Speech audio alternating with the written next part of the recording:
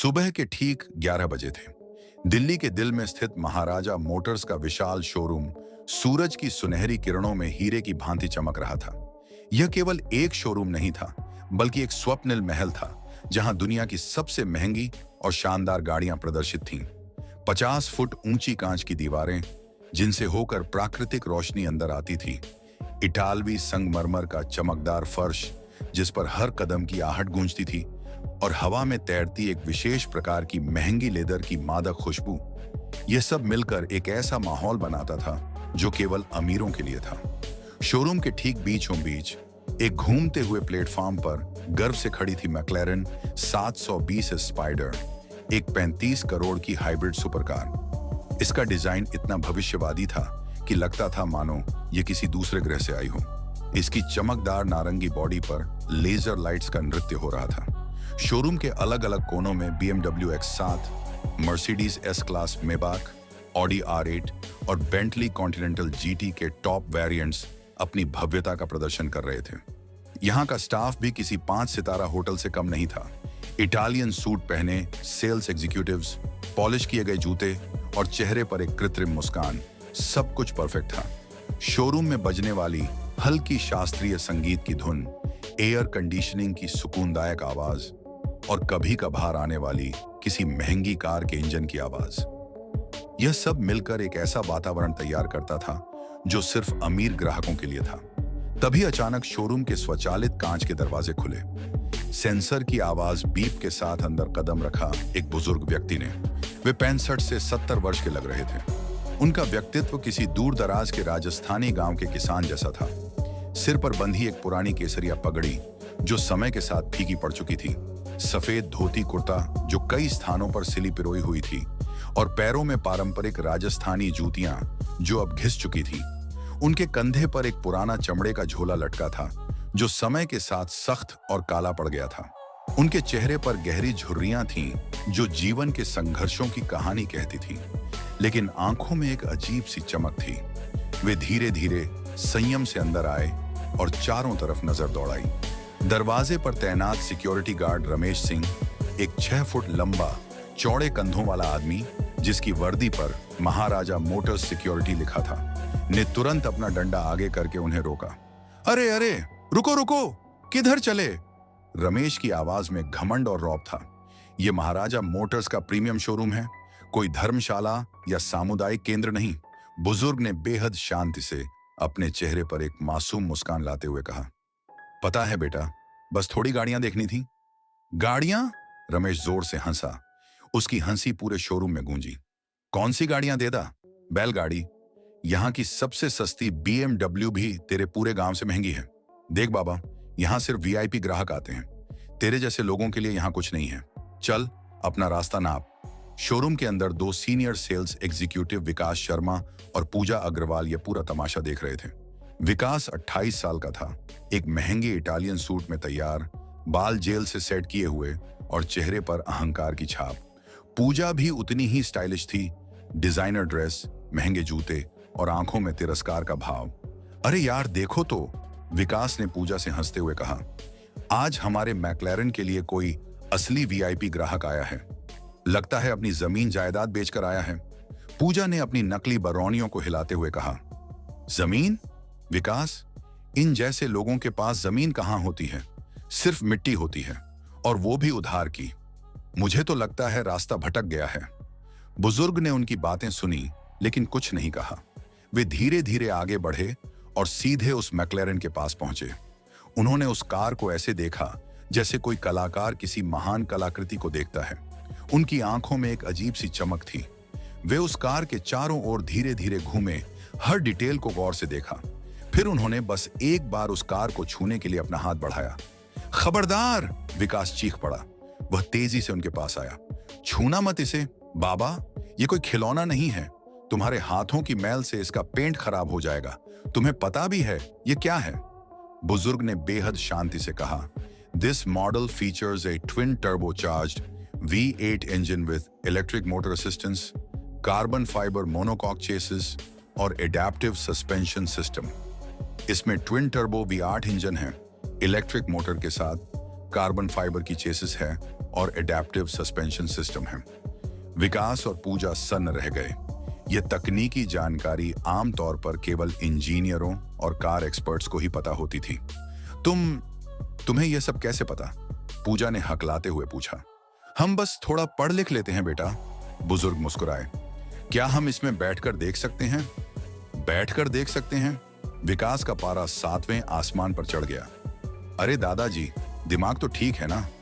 यहां तुम्हें सांस लेने दिया, वही बहुत है। अब निकलो यहां से, वरना सिक्योरिटी बुलानी पड़ेगी।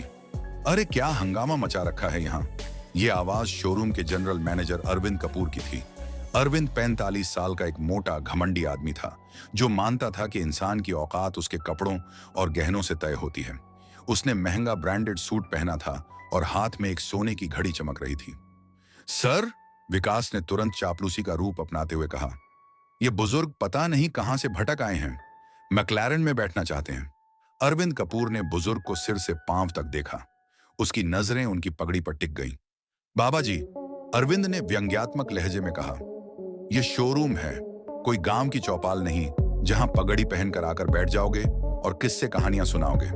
तुम्हारी औकात इस कांच के बाहर खड़े होने की भी नहीं है, समझे? अरविंद ने अपना स्वर और तेज करते हुए जारी रखा। रमेश भाई, इन्हें यहां से उठाकर बाहर फेंको और दरवाजा अच्छे से सैनिटाइज कर देना। पता नहीं कहां से आ जाते हैं। रमेश ने तुरंत बुजुर्ग का हाथ जोर से पकड़ा और उन्हें घसीटना शुरू कर दिया। इस धक्का मुक्की में बुजुर्ग का संतुलन बिगड़ गया और उनके कंधे से उनका पुराना चमड़े का झोला जमीन पर गिर गया। झोला खुल गया और उसमें से पैसे या बटुआ नहीं, बल्कि पुराने पीले पड़ चुके कागजों के कुछ रोल निकले। ये सभी हस्तनिर्मित इंजीनियरिंग ब्लूप्रिंट्स थे, बेहद बारीक और सटीक नक्शे जो किसी अनुभवी इंजीनियर के हाथों का काम लगते थे। विकास जोर से हंसा। उसने एक रोल उठाया, उसे खोला और मजाक उड़ाते हुए चिल्लाया, अरे वाह, ये तो खजाने का नक्शा है। क्या बाबा जी इन पुराने जमाने के कागजों से 35 करोड़ की गाड़ी खरीदोगे? ये सुपरकार है, बैलगाड़ी नहीं। यह कहकर उसने उस अमूल्य ब्लूप्रिंट को मरोड़ दिया और बुजुर्ग की तरफ फेंक दिया। बुजुर्ग की आंखें, जो अब तक शांत और धैर्यवान थीं, एक पल के लिए गहरे दुख से भर गईं।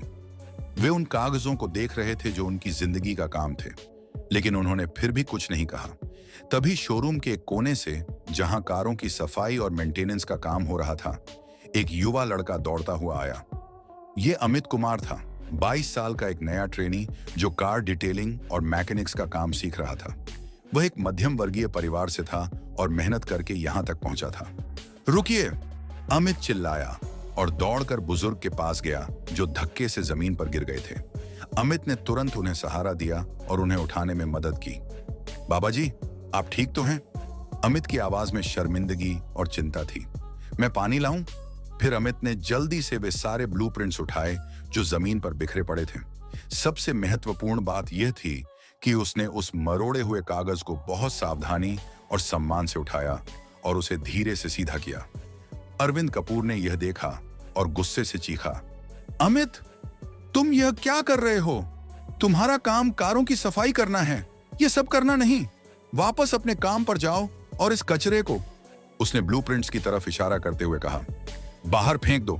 बुजुर्ग ने धीरे से अमित के सिर पर हाथ रखा। उनकी आवाज में आशीर्वाद था, जीते रहो बेटा, भगवान तुम्हारा भला करे। उन्होंने अमित से अपने कागज वापस लिए, उन्हें बहुत सावधानी से अपने झोले में रखा और बिना एक शब्द कहे शोरूम से बाहर चले गए। लेकिन वे गए नहीं। दिल्ली की तेज चिलचिलाती धूप में शोरूम के ठीक सामने फुटपाथ पर वे शांति से बैठ गए। उन्होंने अपनी पगड़ी उतारी, माथे का पसीना पोंछा और फिर बस वहीं बैठकर शोरूम को देखने लगे। 1 घंटा बीत गया। अरविंद, विकास और पूजा अपने एयर कंडीशन कैबिन से उन्हें देखकर बेचैन होने लगे। ये बुढ़ा जा क्यों नहीं रहा? पूजा ने घबराते हुए कहा, कहीं कोई पागल तो नहीं है? लगता है कोई मनहूस साया है, विकास ने कहा। ध्यान मत दो इस पर। अरविंद ने कहा, बेकार में परेशान हो रहे हो, बेकारी है, थक हार कर खुद ही चला जाएगा।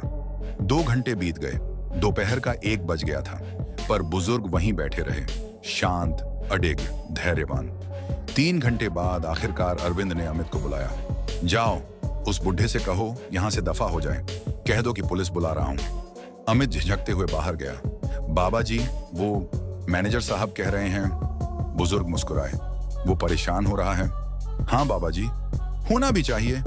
उन्होंने अपने झोले से एक छोटा सा सील बंद लिफाफा और एक सादा सा बिजनेस कार्ड निकाला। ये अपने मैनेजर को देना, उन्होंने कहा, और कहना मूल आधार से संदेश आया है। मूल आधार? अमित समझ नहीं पाया। हाँ बेटा, बस इतना ही कहना। अमित कांपते हाथों से वह लिफाफा और कार्ड लेकर अरविंद कपूर के केबिन में गया। ये क्या है? अरविंद ने झुंझलाते हुए पूछा। क्या कहा उसने? सर, उन्होंने कहा मूल आधार से संदेश है। क्या बकवास है यह? अरविंद ने कार्ड देखा। उस पर सिर्फ 2 शब्द लिखे थे, महेंद्र सिंह राठौड़, संस्थापक। अरविंद का दिल जोर से धड़कने लगा, उसके हाथ कांपने लगे। उसने जल्दी से लिफाफा खोला। लिफाफे के अंदर कोई चिट्ठी नहीं थी। उसके अंदर एक single original laminated share certificate था। सर्टिफिकेट पर लिखा था, महाराजा मोटर्स प्राइवेट लिमिटेड, 50% स्वामित्व, श्री महेंद्र सिंह राठौड़। अरविंद के हाथ से सर्टिफिकेट छूट गया। उसका चेहरा बर्फ की तरह सफेद पड़ गया। वह वहीं कुर्सी पर लुढ़क गया। विकास, पूजा, मेरे केबिन में आओ, वह चीखा। दोनों भागे हुए आए। क्या हुआ सर? वो बुढ़ा, वो महेंद्र सिंह है। कौन महेंद्र सिंह? पूजा ने पूछा। अरे, द फाउंडर, हमारे पूरे ग्रुप के असली मालिक, वही इंजीनियर जिन्होंने 50 साल पहले एक छोटी सी गैराज में पहली मोटर बनाई थी, वही जो कहते हैं कि सन्यास लेकर राजस्थान के गांव में रहते हैं। विकास का गला सूख गया। सर, वो ब्लूप्रिंट जिसको मैंने... चुप रहो, अरविंद ने टेबल पर हाथ मारा। हम सब बर्बाद हो गए। अब क्या करें सर? पूजा रोने लगी। अगर उन्होंने हेड ऑफिस में बता दिया तो? अरविंद ने गहरी सांस ली। उसका चालाक दिमाग तेजी से चलने लगा। सुनो, उसने आवाज धीमी करके कहा, अभी कुछ नहीं बिगड़ा है। वो बुढ़े हैं, शायद सठिया गए हैं। हो सकता है वो बस हमें डरा रहे हों।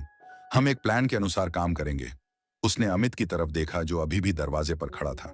अमित, तुम बाहर जाओ, किसी को कुछ मत बताना। अमित चुपचाप बाहर चला गया, लेकिन वह पूरी तरह नहीं गया था। वो दरवाजे के पास ही रुक गया, जहां से वह सब कुछ सुन सकता था। अरविंद ने अपनी आवाज और भी धीमी की। प्लान ये है, कल सुबह हम उनसे माफी मांगेंगे, लेकिन अगर वह ज्यादा नाटक करते हैं तो हम पलटकर हमला करेंगे। हम कह देंगे कि यह कोई ठग है जो उनका नाम इस्तेमाल कर रहा है। हम कह देंगे कि असली महेंद्र सिंह तो जयपुर के हॉस्पिटल में गंभीर हालत में भर्ती हैं। ये आदमी हमें ब्लैकमेल करने आया था। और सर, वो सर्टिफिकेट? विकास ने डरते हुए पूछा। हम कह देंगे यह नकली है, फर्जी डॉक्यूमेंट है। और सबूत की बात रही तो... अरविंद की आंखें चमकी। मैं अभी सिक्योरिटी रूम जाकर आज की सीसीटीवी फुटेज का वो हिस्सा डिलीट कर देता हूं जिसमें वो यहां आए थे। कोई सबूत ही नहीं रहेगा। अमित ने यह सब सुना। उसका खून खौल गया। उसने देखा कि ये लोग अपनी गलती मानकर सुधरने की बजाय एक और बड़ा अपराध करने जा रहे हैं। उस रात अमित घर नहीं गया। जब सभी कर्मचारी चले गए और शोरूम बंद हो गया, तो वह अपने स्टाफ आईडी का इस्तेमाल करके सिक्योरिटी रूम में घुसा। उसने सोचा था कि अरविंद आकर फुटेज डिलीट कर देगा, इसीलिए उसे पहले ही सबूत बचाने होंगे। सिक्योरिटी रूम में 24 मॉनिटर लगे थे, जो शोरूम के हर कोने की निगरानी करते थे। अमित ने आज सुबह 11 बजे से लेकर शाम 6 बजे तक की सारी ऑडियो और वीडियो फुटेज को कॉपी करके एक छोटी सी यूएसबी ड्राइव में सेव कर लिया।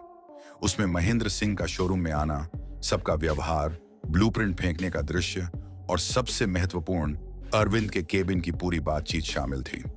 अगली सुबह 10 बजे शोरूम के बाहर वही बुजुर्ग महेंद्र सिंह आए। उन्होंने आज भी वही धोती कुर्ता और वही पगड़ी पहनी थी, लेकिन आज कुछ अलग था। उनके पीछे 2 काली मर्सिडीज बेंज एस क्लास गाड़ियां आकर रुकी। पहली गाड़ी से कंपनी के मौजूदा सीईओ विजय सिंह राठौड़, महेंद्र सिंह के बेटे और 2 बोर्ड डायरेक्टर्स उतरे। दूसरी गाड़ी से कंपनी 2 के कानूनी सलाहकार और एचआर हेड निकले। रमेश सिंह, जो आज भी गेट पर था, उन सभी को देखकर सन्न रह गया। उसने तुरंत सैल्यूट मारा। उसे समझ आ गया कि कल उसने कितनी बड़ी गलती की थी। अरविंद, विकास और पूजा अपने चेहरों पर बनावटी मुस्कान चिपकाए हाथ जोड़े गेट पर खड़े थे। तीनों की हालत खराब थी। रात भर नींद नहीं आई थी। सर नमस्ते, आप बता देते, हम तैयारी कर लेते, अरविंद ने घबराते हुए कहा और झुककर पैर छूने की कोशिश की। महेंद्र सिंह ने उसे हाथ से रोक दिया। उनकी आवाज में अब वह शांति नहीं थी जो कल थी। कल जब मैं यहां आया था तब भी मैं महेंद्र सिंह ही था अरविंद। वे किसी की तरफ देखे बिना सीधे शोरूम के बीच में गए। पूरा स्टाफ सन्न खड़ा था। सभी को एहसास हो गया था कि कुछ बहुत बड़ा होने वाला है। मिस्टर कपूर, महेंद्र सिंह की आवाज अब शांत नहीं बल्कि स्टील की तरह ठंडी और कड़क थी। कल मैंने तुम्हें अपनी मूल आधार दिखाई थी। मूल आधार सर, मैं समझा नहीं, अरविंद हकलाया। वो ब्लूप्रिंट्स, महेंद्र सिंह ने विकास की तरफ इशारा किया, जिसे तुम्हारे इस लड़के ने बैलगाड़ी का नक्शा कहकर मरोड़ कर फेंक दिया था। वह इस मैक्लेरन 720 स्पाइडर का ओरिजिनल हाइब्रिड इंजीनियरिंग डिजाइन था जिसे मैंने 30 साल पहले अपने हाथों से बनाया था। वो मेरी जिंदगी का काम था, मेरी विरासत थी, और तुम लोगों ने उसे कुचल दिया। विकास की टांगें कांपने लगीं। वह जमीन की तरफ देखने लगा। अरविंद ने तुरंत कहा, सर, यह बचकानी हरकत थी, हम इसे माफ कर दीजिए। सर, बच्चों से गलती हो जाती है। गलती? महेंद्र सिंह ने उनकी तरफ तेज नजरों से देखा। वो गलती थी अरविंद, लेकिन जो तुमने कल दोपहर में मेरे जाने के बाद अपने केबिन में किया वो साजिश थी। अरविंद का चेहरा एकदम सफेद हो गया। सर, आप क्या कह रहे हैं? मैं कुछ समझा नहीं। मैं कह रहा हूं कि तुम एक झूठे, धोखेबाज और बेईमान आदमी हो। तुमने सबूत मिटाने की कोशिश की। तुमने मुझे ठग कहने की योजना बनाई। नहीं सर, यह बिल्कुल झूठ है। इसका क्या सबूत है? अरविंद ने आखिरी कोशिश की। सबूत मैं हूं सर। अमित आगे बढ़ा। पूरा स्टाफ चौंक गया। सभी की निगाहें अमित पर टिक गईं। सर, अमित ने विजय सिंह की तरफ देखा। शायद आप ये देखना चाहेंगे। उसने अपनी जेब से वह यूएसबी ड्राइव निकाली और सीईओ को दे दी।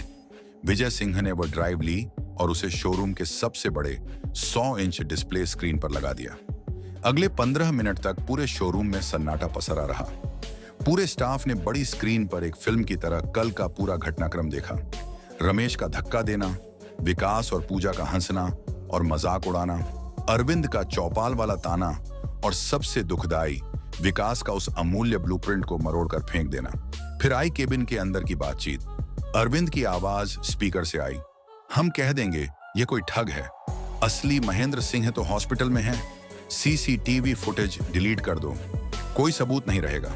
वीडियो खत्म होते ही अरविंद, विकास और पूजा पसीने से तरबतर हो गए। उनकी हालत ऐसी थी मानो उनकी दुनिया ही उजड़ गई हो। महेंद्र सिंह ने गहरी सांस ली। तुम लोग, उन्होंने धीमी लेकिन दृढ़ आवाज में कहा, तुम लोग सिर्फ बुरे कर्मचारी नहीं हो, तुम लोग बुरे इंसान हो। तुमने मेरे काम का अपमान किया, मेरी उम्र का मजाक उड़ाया और फिर सबूत मिटाने की साजिश रची। विजय सिंह ने आगे बढ़कर खड़ी आवाज में कहा, मिस्टर अरविंद कपूर, मिस्टर विकास शर्मा और मिस पूजा अग्रवाल, आप तीनों को तत्काल प्रभाव से बर्खास्त किया जाता है। अपना सामान उठाइए और यहां से चले जाइए। आपको कंपनी की तरफ से कोई राहत राशि या रेफरेंस लेटर नहीं मिलेगा। रमेश, महेंद्र सिंह ने सिक्योरिटी गार्ड की तरफ देखा, तुम्हें एक आखिरी मौका मिल रहा है क्योंकि तुम सिर्फ हुक्म का पालन कर रहे थे। लेकिन याद रखना, हुक्म और अंतरात्मा में से हमेशा अंतरात्मा को चुनना। अरविंद जमीन पर गिर पड़ा। सर, प्लीज सर, मेरा परिवार है, बच्चे हैं, मुझे माफ कर दीजिए। परिवार उस वक्त याद आता है जब तुम किसी दूसरे बुजुर्ग की इज्जत उतार रहे थे, तब नहीं, महेंद्र सिंह ने कहा। तीनों लोग सिर झुकाए बिना कुछ कहे बाहर चले गए। उनका अहंकार चूर चूर हो चुका था। महेंद्र सिंह अमित के पास आए। उन्होंने अमित के कंधे पर हाथ रखा। तुमने सिर्फ मेरी विरासत नहीं बचाई बेटा, तुमने इस कंपनी की इज्जत बचाई है। तुमने दिखाया कि सच्चाई और न्याय अभी भी जिंदा है। उन्होंने अपने बेटे की तरफ देखा। यह लड़का सिर्फ मैनेजर नहीं बनेगा। अमित का दिल डूब गया। क्या उसकी भी नौकरी जा रही थी? यह इससे कहीं ज्यादा कीमती है। महेंद्र सिंह मुस्कुराए। यह आज से मेरे साथ हेड ऑफिस में काम करेगा। मैं इसे सिखाऊंगा कि गाड़ियां कैसे बनती हैं, और यह मेरे बोर्ड ऑफ डायरेक्टर्स को सिखाएगा कि इंसान कैसे बना जाता है। 3 महीने बीत चुके थे। महाराजा मोटर्स के शोरूम में एक नई संस्कृति का जन्म हुआ था। अब वहां 3 महीने बीत चुके थे। महाराजा मोटर्स के शोरूम में एक नई संस्कृति का जन्म हुआ था। अब वहां सिर्फ महंगी कारों की चमक नहीं, बल्कि इंसानियत की महक आती थी। अमित अब भवानी सिंह के साथ हेड ऑफिस की विशाल वर्कशॉप में था। वह अब सिर्फ ट्रेनी नहीं था, बल्कि फाउंडर्स ऑफिस स्पेशल प्रोजेक्ट्स में काम कर रहा था। एक दिन महेंद्र सिंह ने उसे अपने निजी स्टडी रूम में बुलाया। अमित ने देखा कि स्टडी रूम की सबसे खास दीवार पर एक नया फ्रेम लगा था। उसमें कोई डिग्री या अवार्ड नहीं था। उसमें वही मरोड़ा हुआ पीला ब्लूप्रिंट लगा था, बहुत सम्मान के साथ। कभी मत भूलना अमित, महेंद्र सिंह ने उस फ्रेम की तरफ इशारा करते हुए कहा। जिस दिन तुम इन चमकदार गाड़ियों को इस कागज से ज्यादा जरूरी समझने लगो, उस दिन समझ लेना कि तुम भी अरविंद कपूर बन गए हो। मैं हमेशा याद रखूंगा दादाजी, अमित ने मुस्कुराते हुए कहा। और हाँ, महेंद्र सिंह ने अपनी जेब से मैक्लेरन की चाबी निकाली और अमित की तरफ फेंकी। ये लो, आज इसे तुम चलाओगे। आखिर मूल आधार की परख तो तुम ही ने की थी। अमित ने चाबी पकड़ी। उसकी आंखों में खुशी के आंसू थे, लेकिन सबसे बड़ी खुशी यह थी कि उसने सही का साथ दिया था। शोरूम में अब एक नया नियम लगा था। यहां गाड़ियां नहीं, सपने बेचे जाते हैं, और सपने हर किसी के हो सकते हैं, चाहे वो राजा हो या रंक।